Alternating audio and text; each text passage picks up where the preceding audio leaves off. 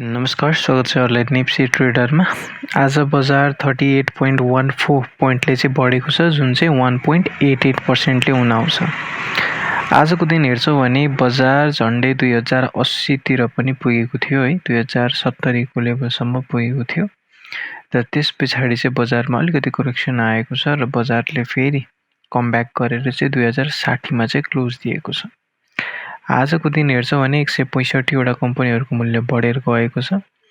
72 वटा कम्पनीहरूको मूल्य आज झरेको छ र 5 वटा कम्पनीको मूल्य भने जस्ताको त्यस्तै रहेको छ।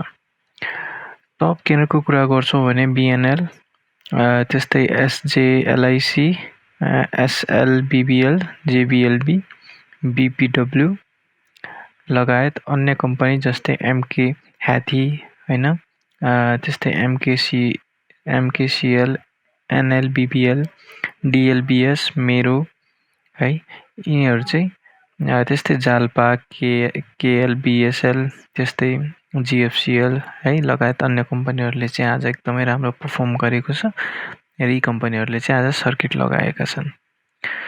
टप लुजरको कुरा गर्छौँ भने चाहिँ एचपिपिएल, डोल्टी, युएसएचएल, एमइएल, एमकेएचएलहरूले चाहिँ आज एकदमै धेरै घाटा बिहोर्नु परेको छ र यिनीहरू चाहिँ आज टप लुजरको सूचीमा चाहिँ आएका छन्।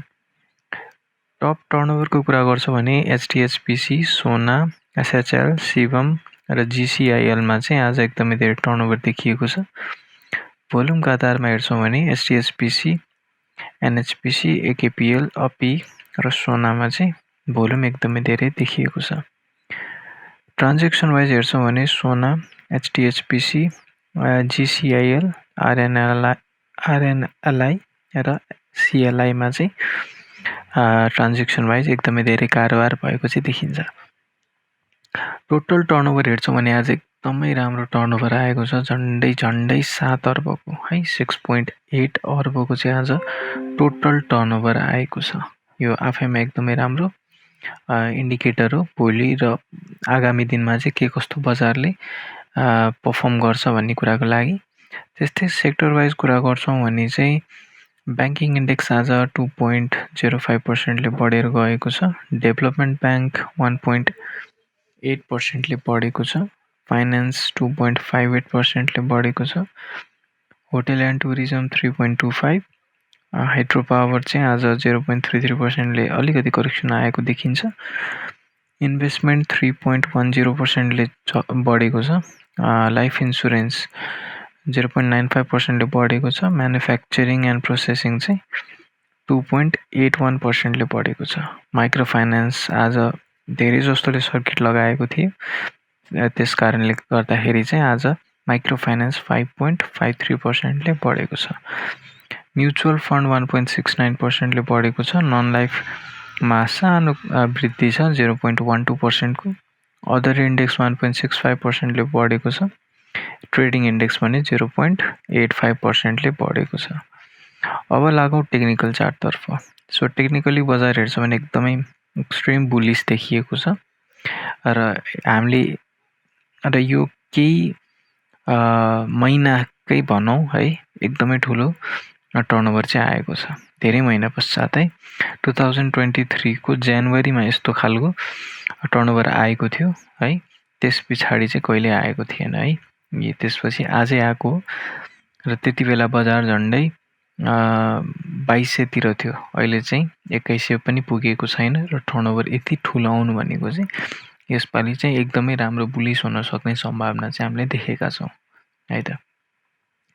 सो आजको क्यान्डलले एकदमै धेरै कन्फर्मेसन दिएको छ आगामी दिनको बुलको लागि र त्यस्तै हामी इन्डिकेटर लगाएर हेरौँ। पहिलो नम्बरमा एमएसिडी लगाएर हेर्छौँ भने चाहिँ एमएसिडी अनुसार चाहिँ एक्सट्रिम बुलिस देखिएको छ। दुईटै सिग्नल लाइन र ल्यागिङ लाइन दुईटै चाहिँ पोजिटिभ एरियामा चाहिँ आइसकेका छन्, त्यसकारण एक्सट्रिम बुलिस भनेर हामी बुझ्न सक्छौँ। अर्को इन्डिकेटर आरएसआई लगाएर हेर्छौँ भने आज 75 को लेभलमा हुन सक्छ, ठिकै छ। 75 पुगेन, 74.77 मा पुगेको छ। यो पनि एक्सट्रिम बुलिसको सङ्केत हो।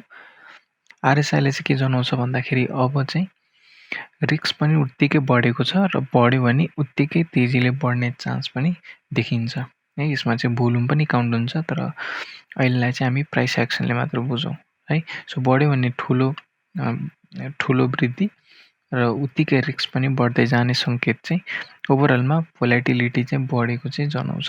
ट्रेडरहरूको लागि एकदमै राम्रो, इन्ट्री गर्नको लागि एकदमै राम्रो पोइन्ट चाहिँ देखिन्छ है त। त्यस्तै अर्को इन्डिकेटर भोलिगन ब्यान्ड लगाएर हेर्छौँ भने चाहिँ स्टिल अप्पर ब्यान्डलाई चाहिँ घचेट्दै बजारमाथि बढिरहेको छ। त्यस कारणले हामीले यसलाई एक्सट्रिम बुलिस नै भन्न सक्छौँ।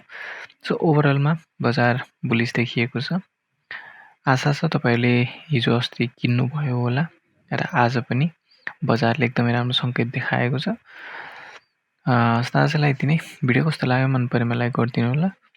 केही सरसुझाव छ भने कमेन्टमा बताइदिनु होला र च्यानलमा नयाँ हुनुहुन्छ भने सब्सक्राइब गरिदिनु होला। आजलाई यति नै। धन्यवाद।